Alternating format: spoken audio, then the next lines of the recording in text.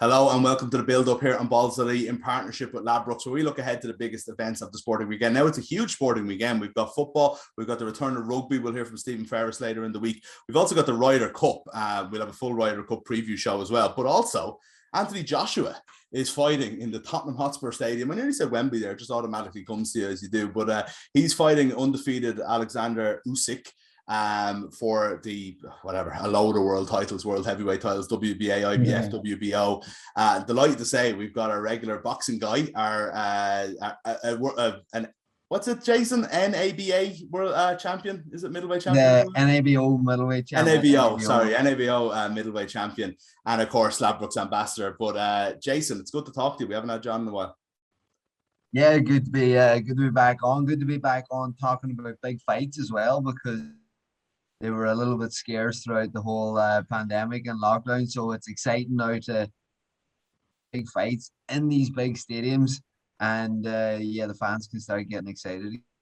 You're so right. You know, we'll get into kind of this weekend's fight alone, but even just having these fights back is something else. Between a few people at the fights as we had for the last couple of months, or nobody at all. I went back and was watching Usyk versus Chisora just there on YouTube today, and to say, like, even so soon after just having fans back, how surreal it is listening to fights in completely empty arenas and stadiums sometimes for some reason, you know, and it was just like, what was going on? It's such a surreal time that we have to look back on it. It very quickly feels like it's gone away and it's just from another world almost. Exactly, because I watched the Josh Warrington fight recently as well, which was in a sold out Leeds rugby, and it was actually weird to hear the fans. Yeah, you know, I found it weird. I was like, Jesus, all sounds completely different. Yeah, watching that was unbelievable, and the difference in, you know, the people there and the atmosphere when a shot lands and when things get going, it's something else. Like, you know, it really gives that extra percentage, that extra lift and that extra rise to a fight and to the atmosphere alone. Like, what about this one then this weekend? So it's a pretty big one. We've got, like, you know, it's a world heavyweight title fight, but there's this feeling, I think, in, you know, I don't know, maybe it's from an outside boxing perspective, that you're talking about a showdown between Joshua and Fury and nothing else fits the bill. So even though we'll have Wilder and Fury again, even that, you know, we've seen it before, nothing is a real fight unless it's Joshua versus Fury. But, you know, Usyk is cruiserweight champion, probably the best cruiserweight. He stepped up. It's his third fight at featherweight. Or heavyweight. And, he killed some lads at featherweight, I'll tell you. No, he's 18-0. This is no chump at all. And you see it even on the Ladbrokes odds. I was expecting, just because you have these Joshua, you know, he tends to be like heavy odds on. He's 4-9, absolutely. But Usyk's only 2-1. This isn't a gimme by any means. You know, this is the thing that people haven't really heard of Usyk. You know, he's coming from, you know, Ukraine, Russia, that part of the world where it's kind of not as much media, not as much publicity around him, not as much hype, but he's an Olympic gold medalist. Mm-hmm. He's undefeated. He was the undisputed cruiserweight champion, like, you know, and he stepped up into heavyweight, not against any old heavyweight that he can knock over. He stepped up and against Chisora, who is a massive lump of a man to be coming at you for 10, 12 rounds. And he managed that, and he overcame. And this is one of the things that people, the ordinary eye, might not see with Oleksandr Usyk, is his ability to adapt to situations in a fight, to change the game plan, to change the structure of the fight, to, you know, if it's not going in his favor, make one or two slight changes and completely put it back in his favor again. He is a very, very intelligent fighter, and very smart mentally, inside and outside the ring. We see him, you know, as well, doing all his figures and his numbers for training, a bit like Lomachenko. I'm sure that's where he got it from, because they're great friends. But, you know, people cannot sleep on Oleksandr Usyk because I believe he's the most skillful, talented fighter that Anthony Joshua has come up against in his career so far. Wow, yeah, and that's saying something. So, like, just to go another two questions, I suppose, that are more kind of technical questions that you would understand a lot better than me. How much Joshua's a big heavyweight, but he's a big fit heavyweight. He's not like Chisora's kind of a little bit more old school. He'll hit you with the hard, slow punches that will really hurt you over 12 rounds. But Joshua is a lot more quick, a lot more agile, but also just as powerful, right? How much does that size matter? That size matters massively. You know, at heavyweight boxing, one shot can change anything. You know, it really can. We've seen Joshua hit hurt and put down before. Um, Usyk has a great chin. You know, he hasn't really been rocked or hurt too much in his career. Um, he can definitely take a shot, but at heavyweight, it doesn't matter if you can take a shot or not. One big bang from Anthony Joshua on any man's chin, doesn't matter how solid it is, could put you to sleep. But one of the reasons why Usyk doesn't get himself into bother, doesn't get hurt often, is because he has great distance, he has great timing. He doesn't get caught up in a fight, doesn't get caught up in a war. So in this fight, Joshua is going to try and use his size. I believe that Joshua is going to try and use his size, his power, and his strength to tire Usyk out throughout the fight. Whereas Usyk is going to try and use his skills, you know, pick Joshua off when he tries to pressure him, and really use his boxing ability, his boxing IQ ability, and try to outbox Anthony Joshua, which I think he is very capable of doing. He has great movement, he has great hand speed for the size of a guy he is, and he hits a little bit himself as well. So Joshua is going to have to be very careful in this fight because there's so much expectation on Anthony Joshua in this fight. It's Anthony Joshua Fury. When's it going to happen? Yeah, absolutely. But Joshua has this Olympic gold medalist, the former cruiserweight undisputed champion, stepping up and to come against him now, where everyone is kind of, you know, not giving Usyk the credit or not giving this fight the credit that it deserves. This is a very mouth-watering fight now, to be honest, especially for a boxing fan. Absolutely, and he's tearing through British fighters to bait the band as well. I think 3 of his last 4 fights have been against was it Tony Bellew and obviously Chisora we mentioned. So, and now he's got Joshua. But what about AJ then, as they like to call him in England? You know, he's another stadium fight, another world heavyweight title fight. I still think that the Ruiz thing might have been the best thing that ever happened to him, because we've seen a more alert and, I suppose, focused fighter in the last 2 fights, and he does look to be back to his best. But it's weird in boxing. Do you have momentum in boxing when you have 10, 12 months between a fight, in the way, like, you know, you get back to your best in the game of football, you're out again in 4 days, you know, it's a very different thing. Yeah, it's more of a mental momentum that boxers have, because, you know, you could have an unbelievable fight and it could have happened 10 months ago, but it's the sparring then really leading into a fight is where you gain the sparring, the training, the conditioning, everything that you're doing in the training camp. That's really where you get your confidence and your momentum from. But without a doubt, you know, Anthony probably overcame a lot of demons from that fight against Ruiz, and getting in there in his last fight as well against Pulev, and putting in a brilliant performance. You know, he really, really did. Very controlled, very calm, very relaxed, and destructive when he had to be.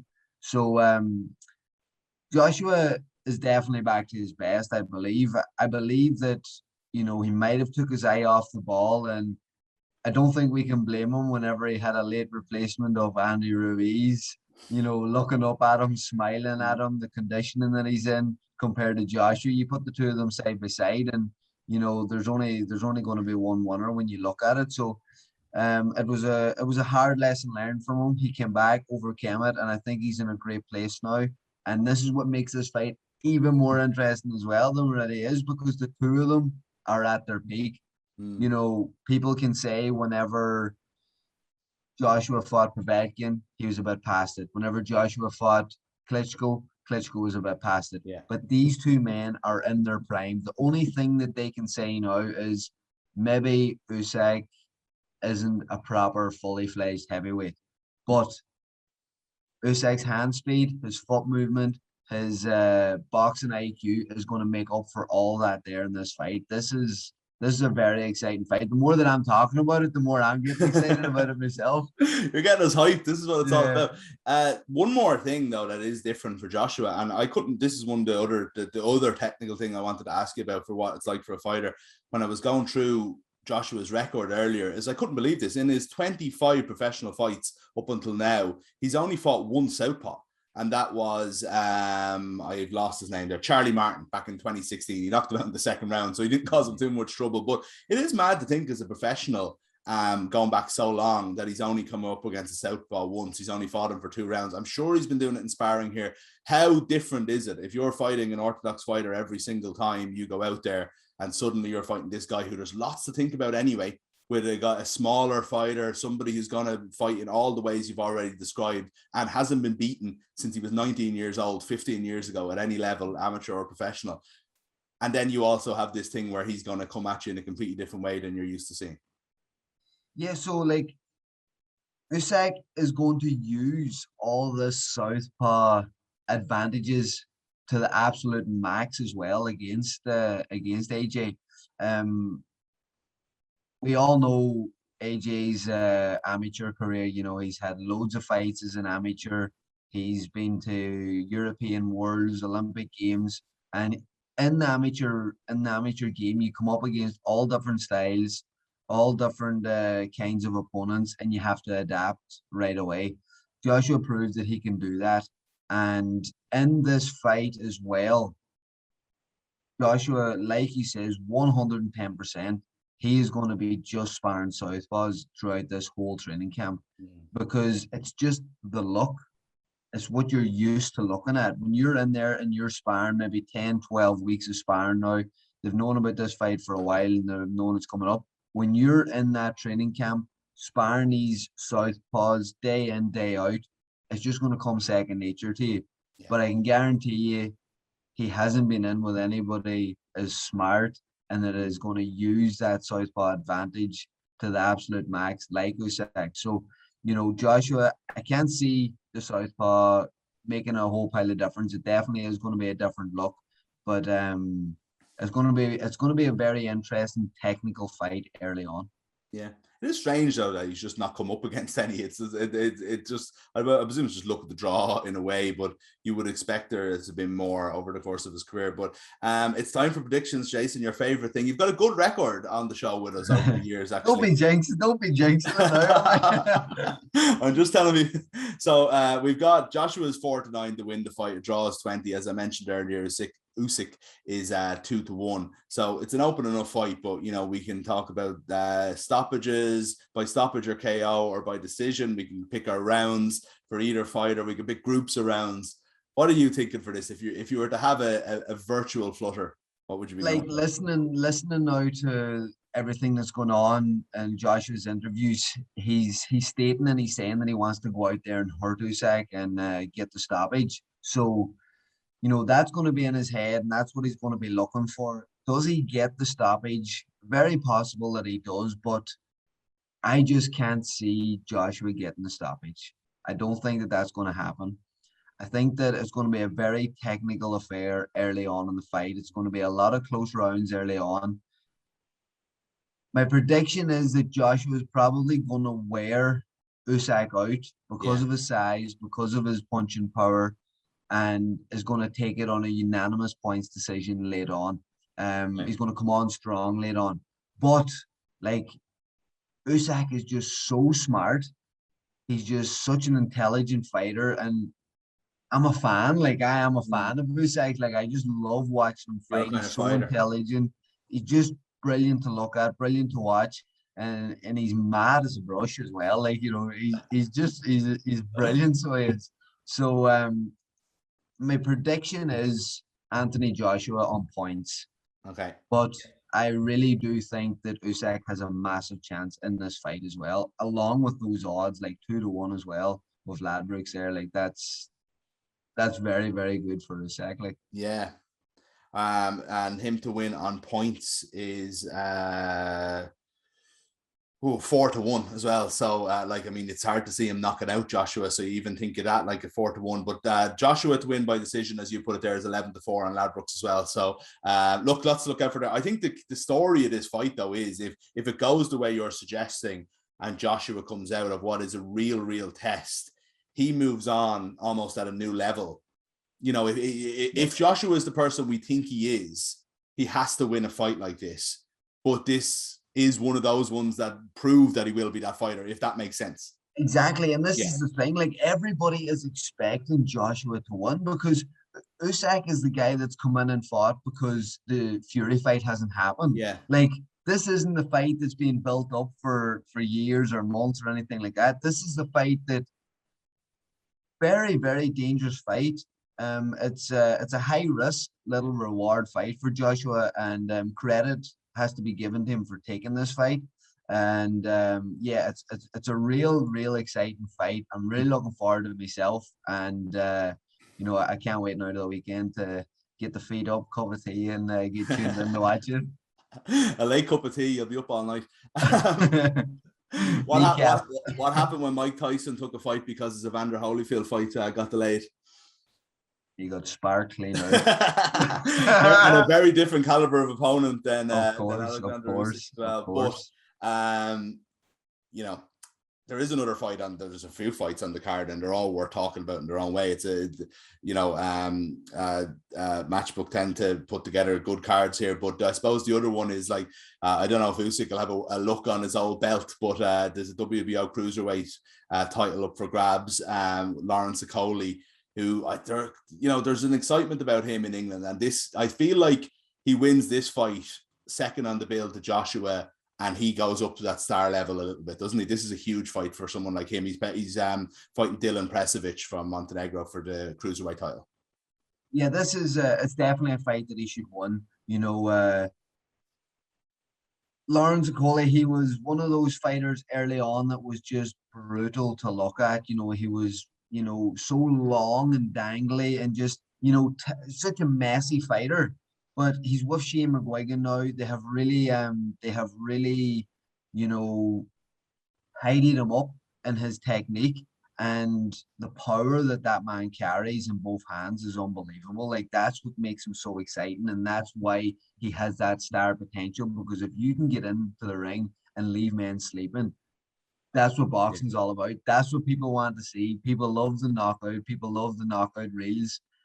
So that's the thing with Lawrence Okolie. He's so exciting because he could be behind the fight 8, 9, 10 rounds and he could just pull it out of the bag. But I think that this is going to be a very straightforward fight for him. I think he's going to get in there, do the job on a massive platform for him. And I think he's really going to rise up. His confidence and the momentum that we spoke about earlier on is really going to go through the roof for him. And you know, from a lad that was working in McDonald's before the Olympic Games to going to the Olympic Games and then becoming a professional world champion and being the co-main event now on the Wembley, like on the AJ card. Unbelievable. You have to give him massive credit. Fair play to him.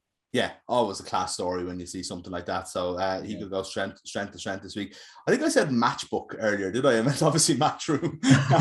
But it is on Sky Sports box office this weekend, and there's one worth watching, like absolutely. The Joshua versus Usyk, as Jason has said now, is definitely one to watch. It isn't the kind of filler fight that maybe some people on the outside of boxing, when you just hear another Eastern European name, if you don't look into it, you can kind of think of that, but certainly not.